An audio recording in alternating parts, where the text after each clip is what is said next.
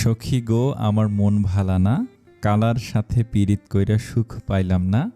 সখী গো আমার মন ভালা না। ওই বেটা চুপ। টায়রার কর্কশ ধমকে থেমে গেল আদ্রর সুরবিহীন বিখ্যাত গানটি।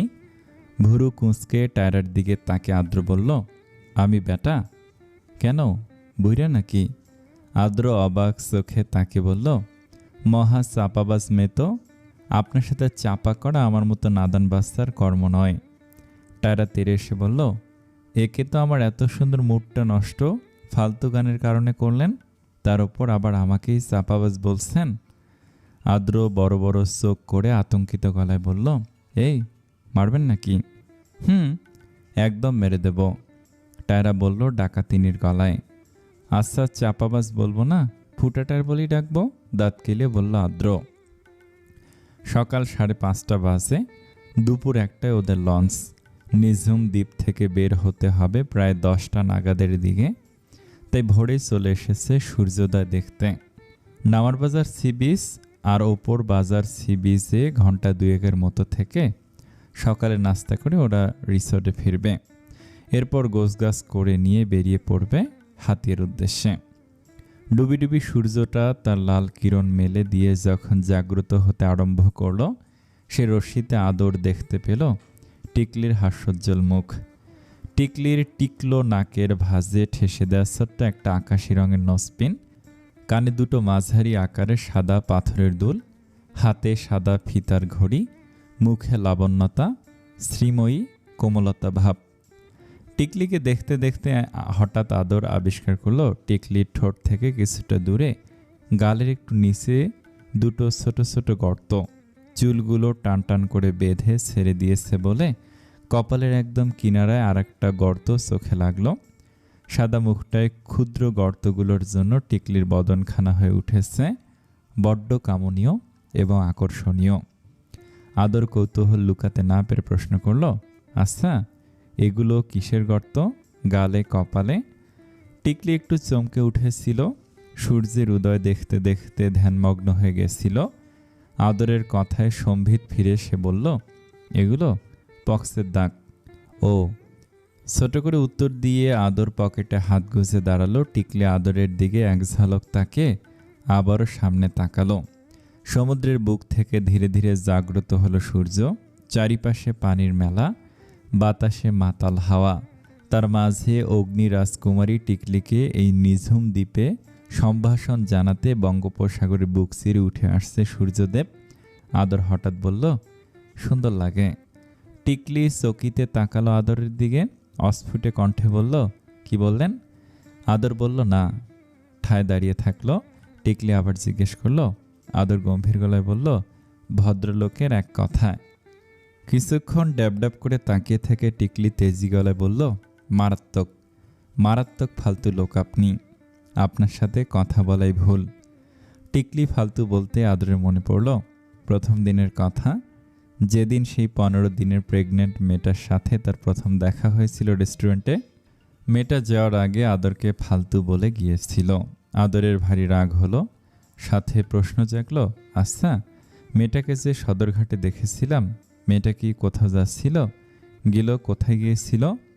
মনের প্রশ্নে আদর আবারও মনকে ধমক দিয়ে বলল, ইস, ওই মেয়ের কথা এত মনে করতে হবে কেন তোর? আদরের মন থেকে পাল্টা জবাব না এসে উল্টো জবাব আসলো, আচ্ছা টিকলির এই কপালটা কি বেশি মিল না ওই মেয়েটার সাথে? মাস্ক পরিহিতা সে মেয়েটা কেমন ছিল বলতো? তোর দেখতে ইচ্ছে করে না রে আদর? আদর টিকলির দিকে কিছুক্ষণ তাকিয়ে থাকলো। তার দৃষ্টি ছিল টিকলির কপালের দিকে। আচ্ছন্ন এক ঘোরে থেকে আদর মনকে জবাব দিল, না, দেখতে ইচ্ছে করে না। এই মহারানীর কাছে বোধহয় বাকি সব রমণী তুচ্ছ। আদরের কথায় বোধহয় তার মনটা বড় বড় বিস্ময়কর চোখ করে তাকালো। কণ্ঠের রাজ্যের অবাকতা ঢেলে বলল, এই আদর, তুই কি প্রেমে পড়লি? আদর গরম কণ্ঠে বলল, আর একটা কথা বললে তোর একদিন কি আমার একদিন। ঢাকার উদ্দেশ্যে লঞ্চ ছেড়েছে। লঞ্চের এ মাথায় দাঁড়িয়েছিল ওরা সবাই। এই তো আর কয়েক ঘন্টা, এরপর যে যার মতো আলাদা। আদ্র একটু চুপচাপ দাঁড়িয়েছিল। আদর প্রশ্ন করলো, কিরে, কি হয়েছে তোর? আদ্রকে কথা বলার সুযোগ না দিয়ে টায়রা ফটাফট উত্তর দিল, আরে ভাইয়া ব্রেকআপ হয়েছে তো, তাই গার্লফ্রেন্ডের দুঃখে কাঁদছে। এ আর নতুন কি? অবহেলার গলায় আদর বলল। টিকলি দাঁড়িয়ে দাঁড়িয়ে সব শুনে বলল, তা ভাইয়া আপনার তো ব্রেকআপ হয় কেন বলুন তো? আপনি এত সুন্দর, বুদ্ধিমান, আর মেয়েদের হাতের মুঠে রাখতে পারেন না? টিকলির কথায় আদর এক পলক চোখ মেলে ওর দিকে তাকালো। টিকলি খেয়াল করল না। আদ্র দুঃখে ভরাক্রান্ত মন নিয়ে বলে উঠল, কি করব বলো আপু, সবাই শুধু আমাকে চায়, আমি বেশি হ্যান্ডসাম তো, তাই ব্রেকআপ হয়। আদরের কথায় টায়রা পেট ধরে হেসে দিল। খানিক জোরালো শব্দ হেসে উঠল আদরও। টিকলি আদরের হাসির দিকে অবাক হয়ে তাকিয়ে থাকল। এই কয়দিনের মধ্যে লোকটাকে এই প্রথম শব্দ করে হাসতে শুনল টিকলি। আদর হাসি থামালো। মুগ্ধ টিকলির কানে তখনও মন্ত্রের মতো বাজছিল সেই হাসির সুর। সারা শরীরে কাঁপন ধরল। হাসির শব্দে মিশে গেল লোমকূপের ভাঁজে ভাঁজে। শরীর আত্মায় অসহনীয় ভালো লাগা কাজ করা শুরু করলো। ইস, ভালোই হলো।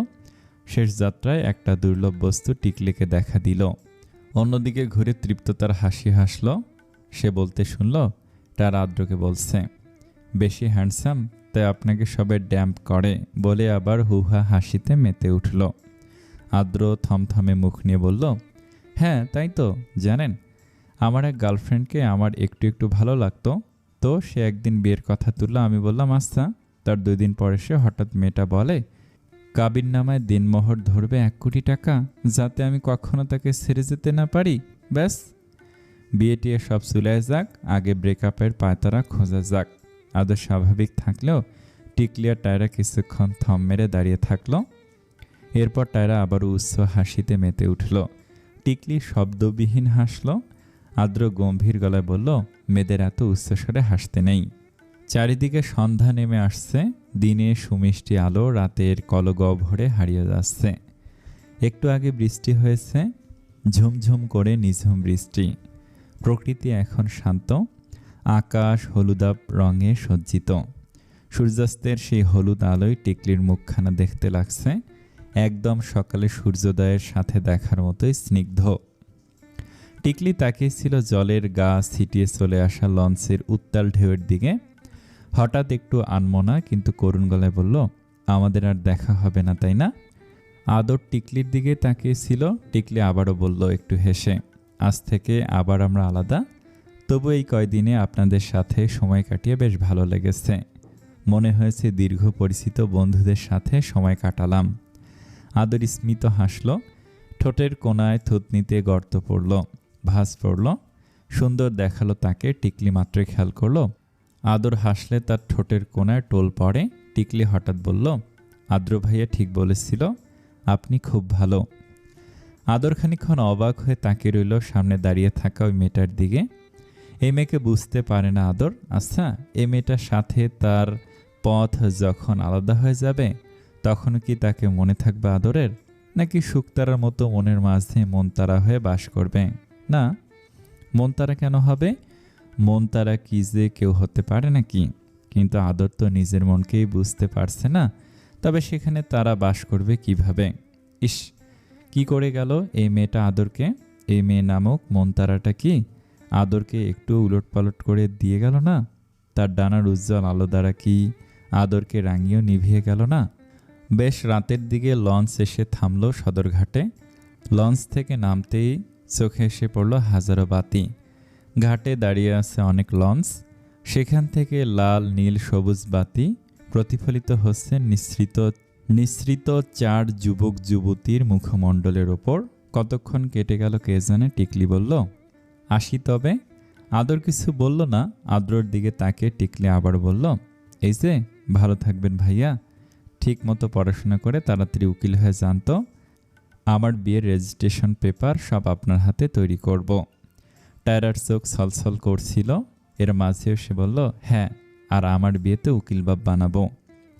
আদ্র গরম চোখে তাকিয়ে দাঁত কটমট করে বলল, মাথা মোটা বলদ। এই, আপনি আবার? হাজারবার বলবো, বলদকে বলদ বলবো না তো কি বলবো? ওদের ঝগড়া এড়িয়ে টিকলি এগিয়ে গেল আদরের দিকে।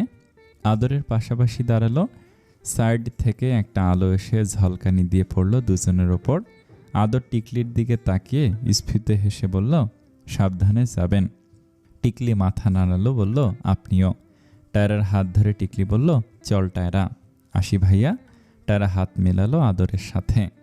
টিকলি আদ্রকে বাই দিয়ে চলে যেতে লাগলো। আদ্র উল্টো পথ ধরল। কিছু দূর যেতেই চারজনে ঘুরে দাঁড়ালো, তাকিয়ে রইল কিছুক্ষণ চারজনার দিকে। এরপর একসাথে বিদায় দিতে হলো 4টি হাত। আবার চলে যাওয়ার উদ্দেশ্যে কদম ফেলা হলো। চারজনের মনে বেজে উঠল এক ভয়ঙ্কর ডঙ্কার সুর। বুকে ধামাধাম তবলা বাজিয়ে 4টে মন জানান দিল হৃদয় ব্যথা করছে। 4টে মন একই সুরে ভেবে উঠল, আচ্ছা আর কোনোদিন কি ওদের দেখা হবে?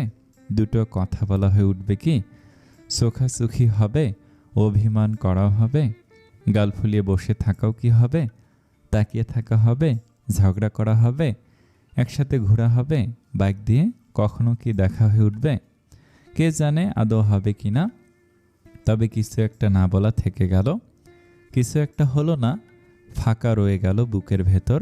বুকের সেই ফাঁক ফোকর দিয়েই না বেরিয়ে পড়ে মন পাখি। পথ মারিয়ে যেতে আদরের মনে পড়ল, ইস তার ছড়ি বলা হয়নি। তবে আদর পিছন ফিরে তাকালো না, দেখল না আর টিকলিকে। ইচ্ছেগুলোকে খাঁচার ভেতর আটকিয়ে সে কদম ফেলল একের পর এক। থাক না দু একটা না বলা কথা, বুকের গহিনী দগ্ধ হোক না সেসব। সব কথাই কি বলে দিতে হবে? তবে যদি ভাগ্যের জোরে কখনো তাদের দেখা হয়ে যায় তখন কি বলবে? থাক না হয় কথাগুলো লুকিয়ে চুরিয়ে মনের আনাচে কানাচে। আদরের ব্যস্তময় দিনগুলোতে যদি একটু ফুসরত পেলে এই না বলা কথাগুলো বারংবার উকি দেয় তবে ক্ষতি কি? অন্যায় তো হবে না।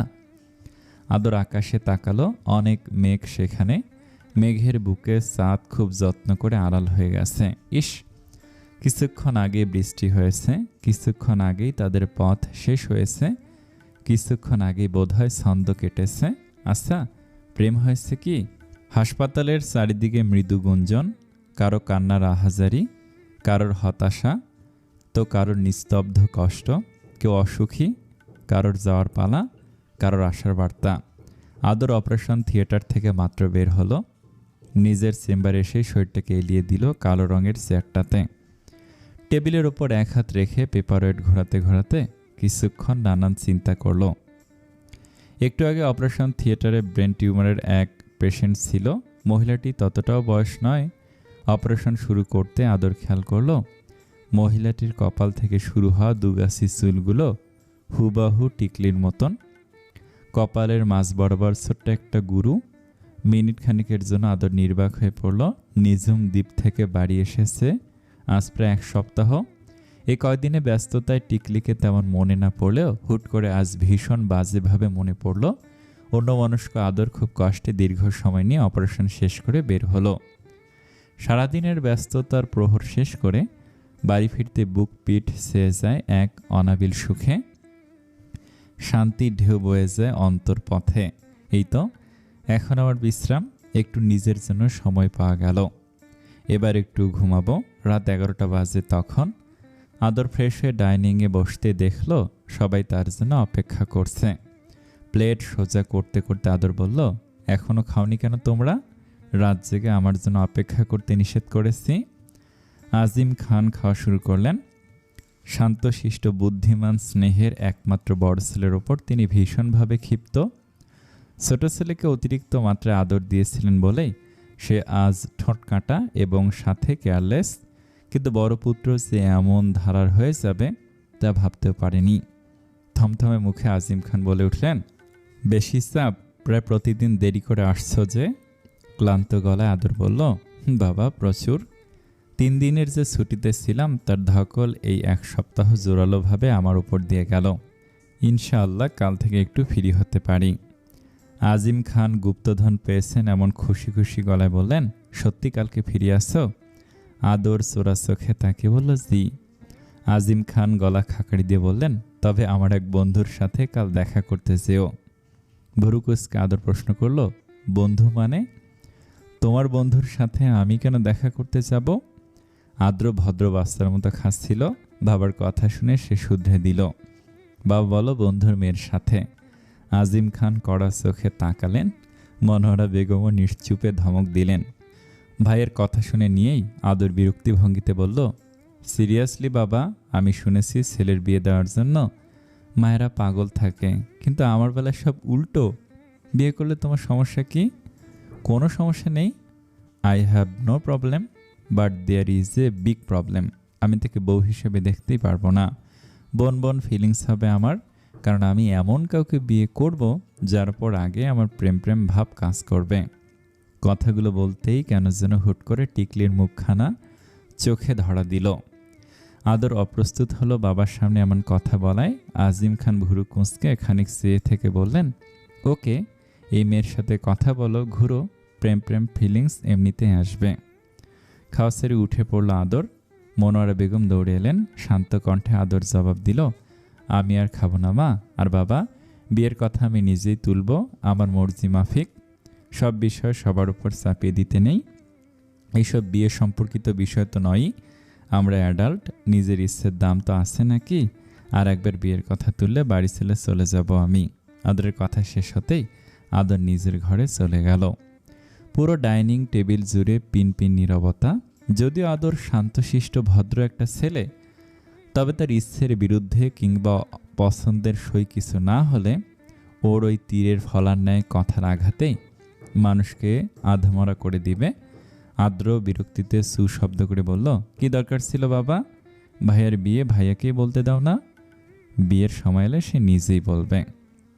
মন খারাপের মুখে বসেছিল টিকলি। টায়রা বসেছিল একটু দূরে। টিকলি বলল করুণ গলায়, আমার ভালো লাগছে না টায়রা। টিকলির দিকে তাকিয়ে টায়রা দীর্ঘশ্বাস ফেলে জবাব দিল, কি করব বল? টিকলি ঠোঁট কামড়ে তাকালো ঘরের দরজার দিকে। নিঝুম দ্বীপ থেকে আসার পর ওরা 2 দিন ওদের বান্ধবীদের বাসায় ছিল। বাড়ি ফেরার আজ 5 দিন।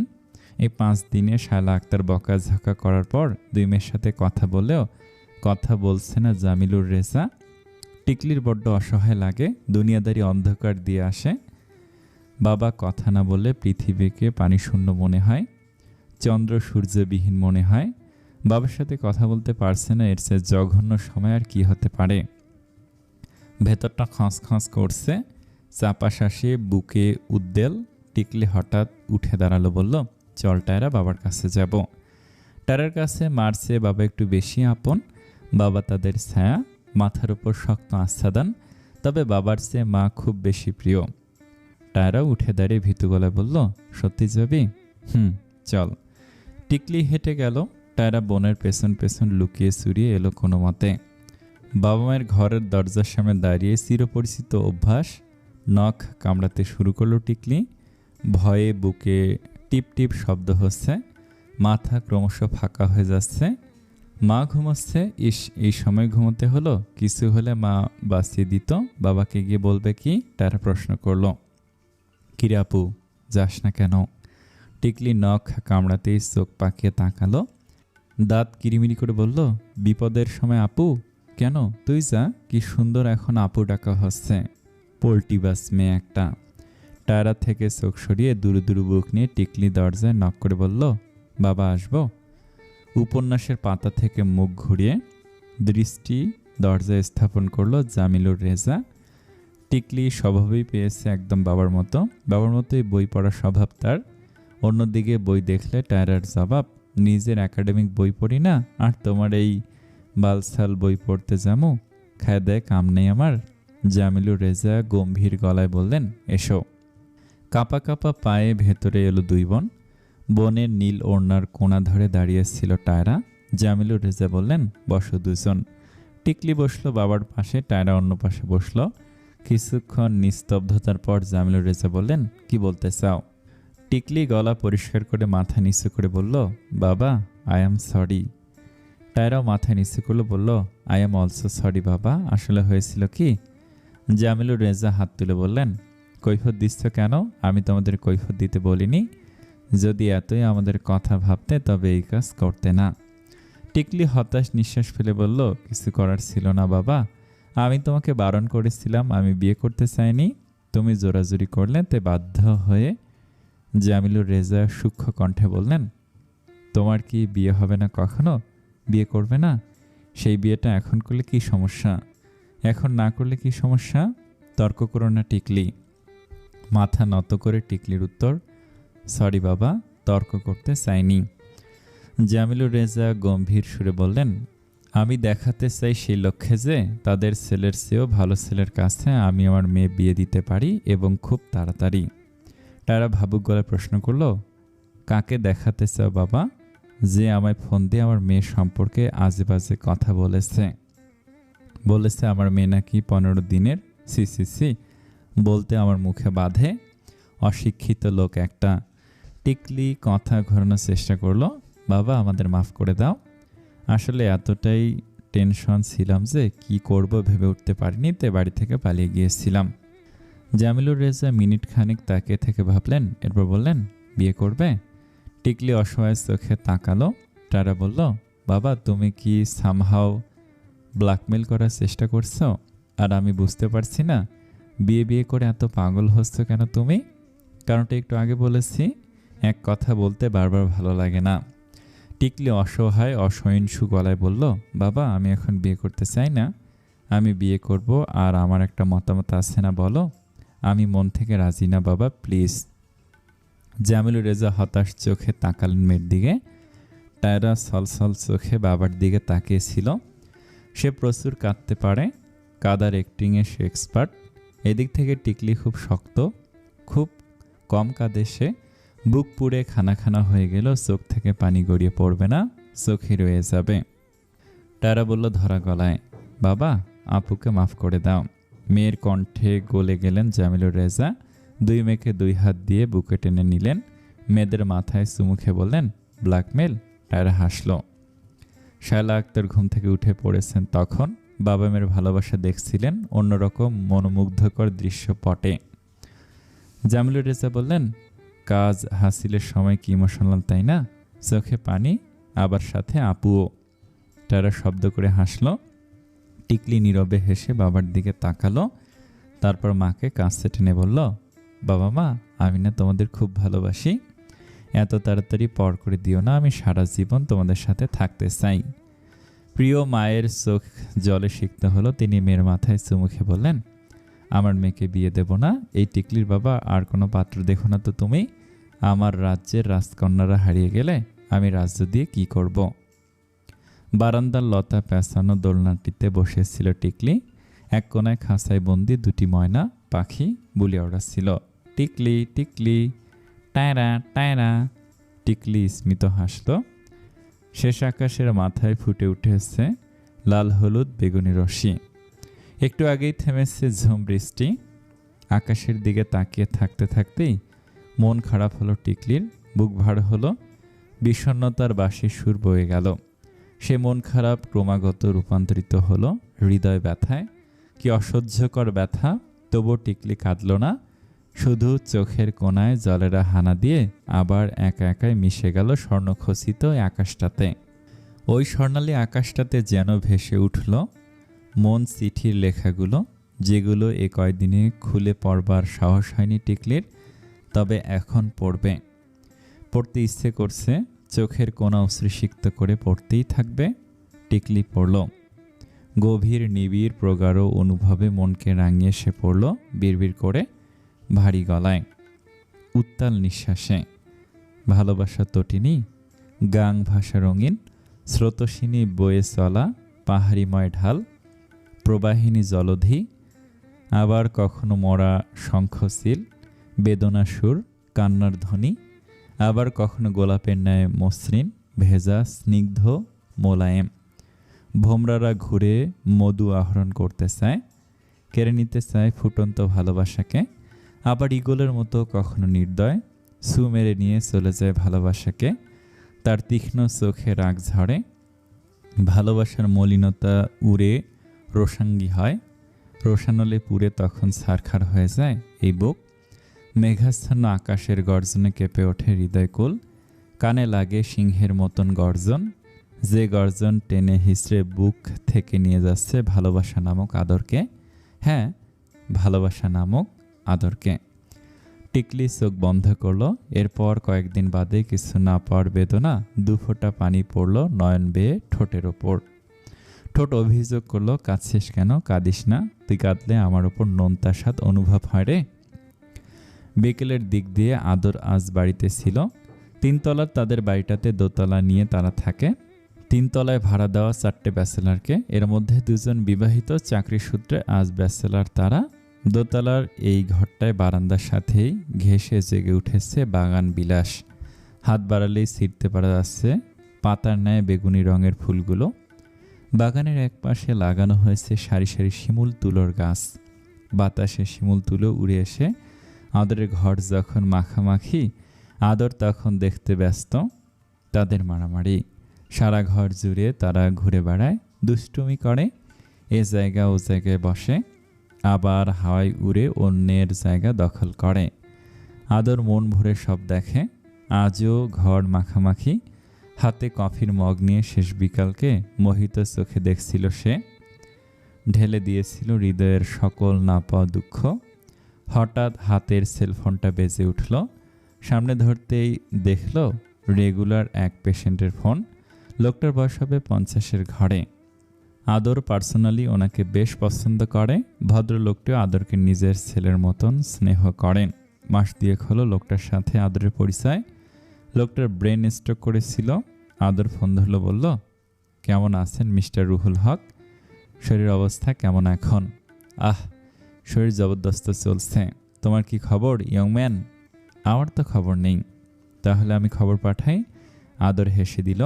কিছুক্ষণ হেসে খেলে কথা বলার পর ফোন রেখে দিল। লোকটা ভীষণ ভালোবাসে, ভীষণ মজার। ব্যবসায়ী লোকগুলো মিশুক হয় ভালো, মানুষকে টপাটপ পটিয়ে ফেলতে পারে। ফোনটা পকেটে রাখতে আদরের কিছু মনে পড়ল। পকেট থেকে ফোনটা বের করে তন্ন তন্ন করে কিছু খুঁজেও পাওয়া গেল না। তুলোময় বাতাসে দীর্ঘশ্বাস ছেড়ে দিল আদর।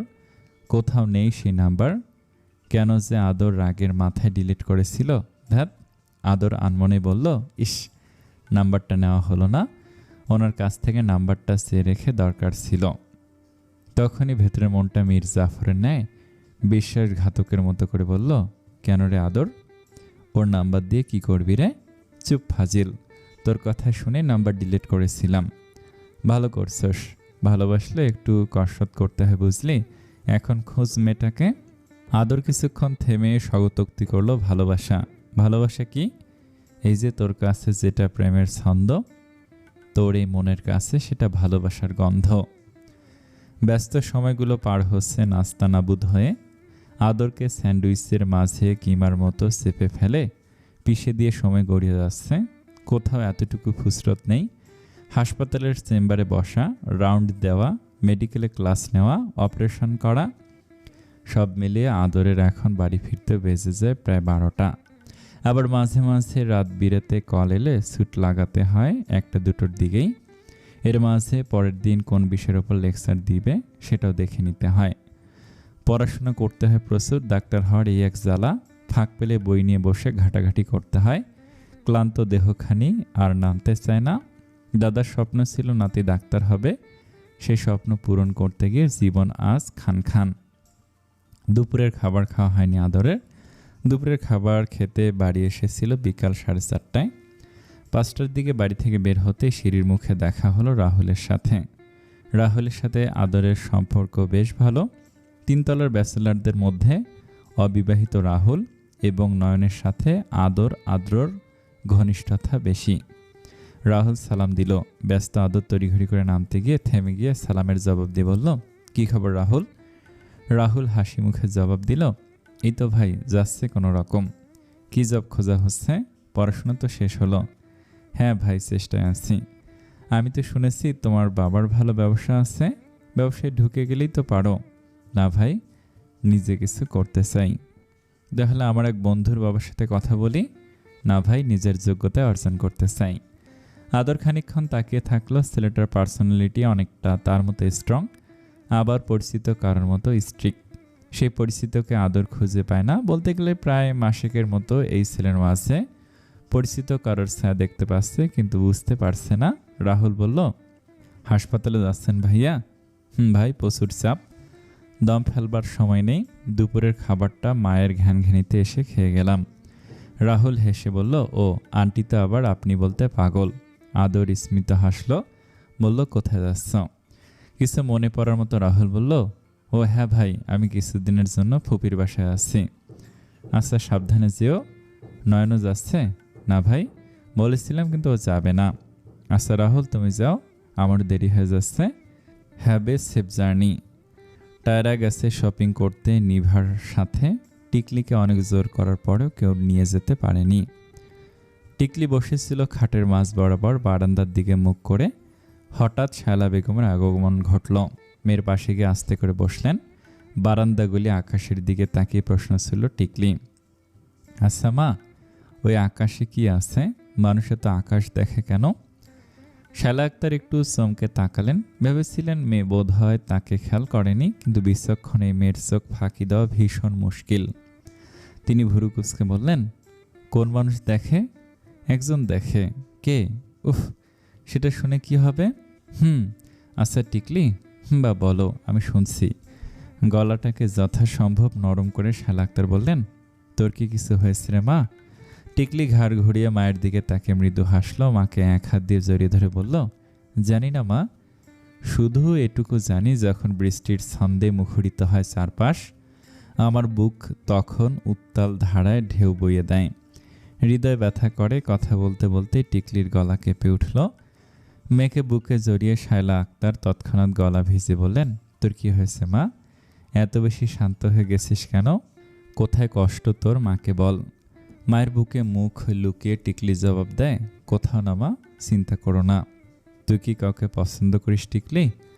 মায়ের কথায় ভড়কে গেল টিকলি। মায়ের বুক ছেড়ে উঠে বসলো, এদিক ওদিক তাকালো।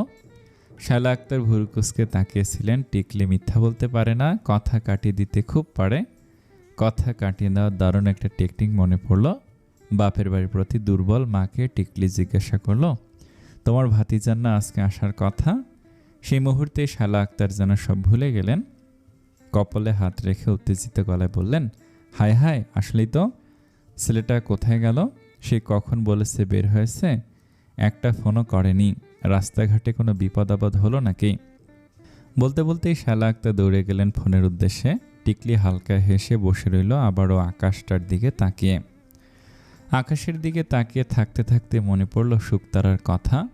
সাথে মনে প্রশ্ন জাগলো, সেই কাঙ্ক্ষিত মানুষটি কি আগে থেকে ঠিক করা আছে, নাকি কাঙ্ক্ষিত মানুষটির অপেক্ষায় আছেন উনি?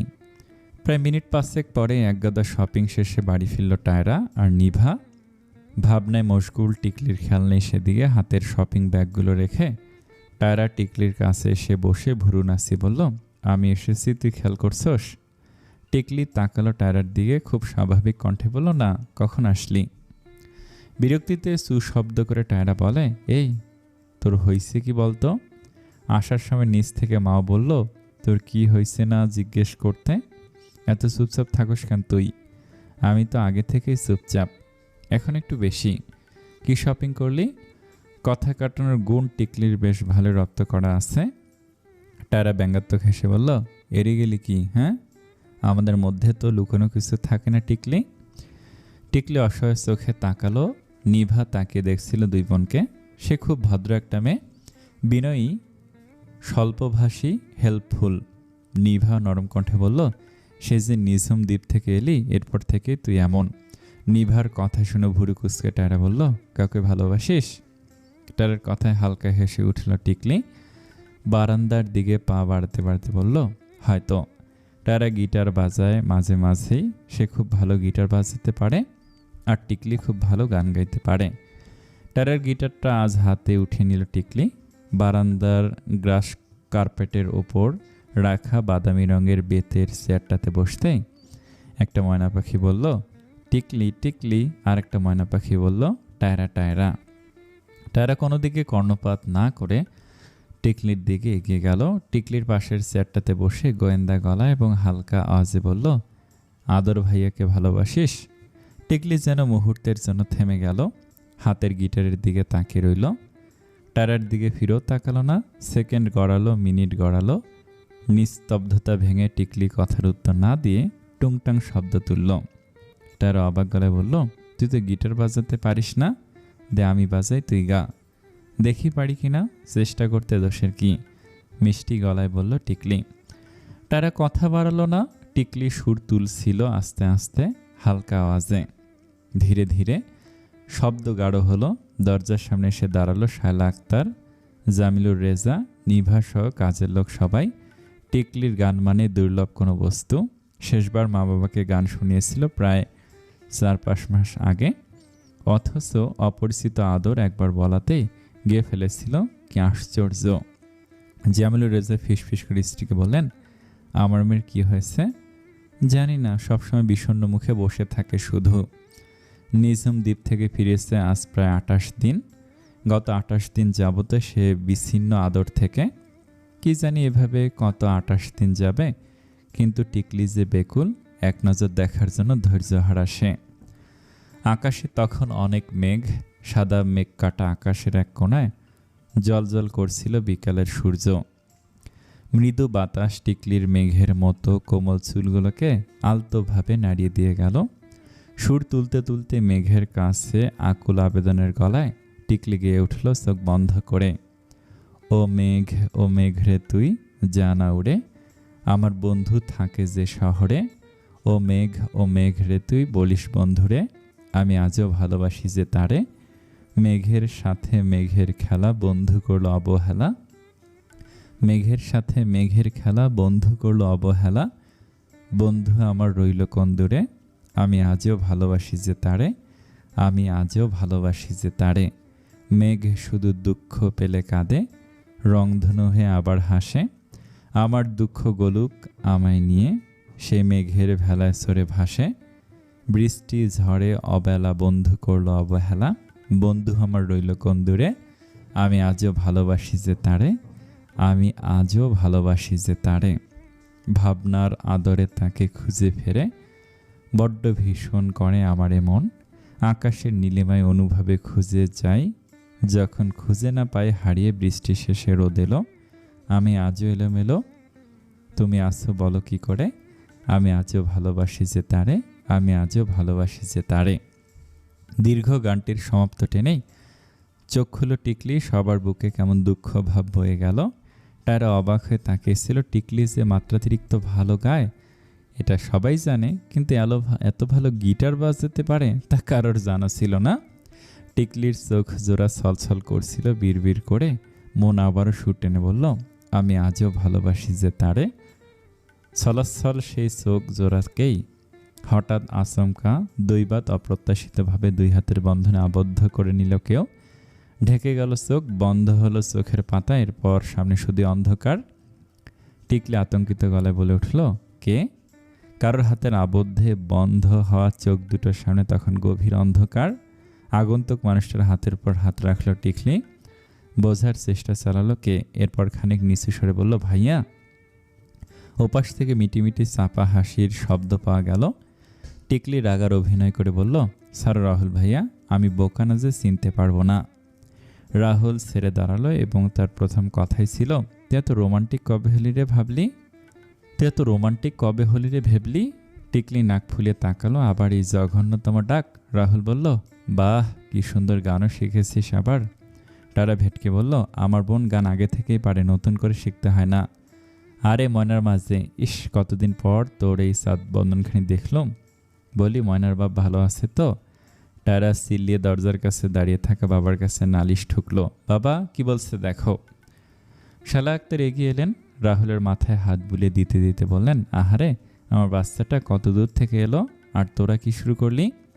তারা বিড়বিড় করে বলল, এখন আমরা শুরু করলাম, মানে ভাতিজার কোনো দোষ কোনো কালে আর চোখে পড়বে না। ফুপুকে এক হাতে জড়িয়ে নিয়ে রাহুল বলল, ঠিক বলেছে ফুপু, দেখো তো কেমন শুরু করেছে। তোমার মেয়ে তার ফাটাবাসের গলায় চিল্লিয়ে তোমার এই ভোলা ভালা বাচ্চাটার কান স্তব্ধ করে দিচ্ছে। তারা অবাক হয়ে তাকে বলল, আমি? টিকলি বিরক্ত নিয়ে উঠে পড়ল বেতের চেয়ারটা থেকে, নিজের ঘরের দিকে পা বাড়াতে বাড়াতে বলল, আমার ঘর থেকে ভিড় কমাও। টিকলি ঘরে গিয়ে গিটার রেখে আবার বারান্দায় আসলো। সবাই চলে গেছে, শুধু রয়েছে টায়রা, নিভা আর রাহুল রয়ে গেছে। নিভা এক কোণে দাঁড়িয়েছিল, টায়রা হাঁটছিল রাহুলের কোনো মজা মাখানো কথায়। টিকলি কিছুক্ষণ ভুরু কুঁচকে তাকিয়ে থাকলো। এই মেয়ের কারোর সাথে উচ্চ গলায় ঝগড়া করতেও সময় লাগে না, আবার হেসে খেলে কথা বলতেও সময় লাগে না। টিকলি নিভার কাঁধ ধরে বলল, রাহুল ভাইয়া এদিকে তাকাও তো। রাহুল হাসতে হাসতে তাকালো, বলল, কি তাকাবো তোর দিকে? তোর দিকে অত তাকানোর কি আছে? টিকলি তীক্ষ্ণ চোখে তাকিয়ে থাকলো মিনিট খানিক, এরপর বলল, এখানে একটা মেয়ে দাঁড়িয়ে আছে, আর তুই একটু কুশল বিনিময় করবি না? মেয়েটা একা একা বোর হচ্ছিল, আর তোমরা দুজন হো হো করে একা একা হেসে যাচ্ছ। এক পলক অবহেলায় নিভার দিকে তাকিয়ে চোখ সরালো রাহুল, বলল, আসসালামু আলাইকুম, কেমন আছেন? নিভা ইতস্তত বোধ করে জবাব দিল, ওয়ালাইকুম আসসালাম, ভালো আছি, আপনি? ভালো। রাহুল একবার টিকলির দিকে তাকিয়ে আবার টায়রার দিকে তাকালো। টায়রা নিভার কাছে এগিয়ে এসে বলল, কিরে, মুখটা এত শুকনো লাগছে কেন? আর ভাই, এগুলো কুশল বিনিময় হলো? আমি ইন্ট্রোডিউস করিয়ে দিচ্ছি, ও হলো নিভা, আমাদের খুব ক্লোজ ফ্রেন্ড। আর নিভা, উনি হলেন আমাদের মামাতো ভাই। নিভা এক পলক চাইল, সে রইল কিছুক্ষণ। হঠাৎ রাহুলও তাকালো, নিভা চোখ সরিয়ে নিল নিভৃতে।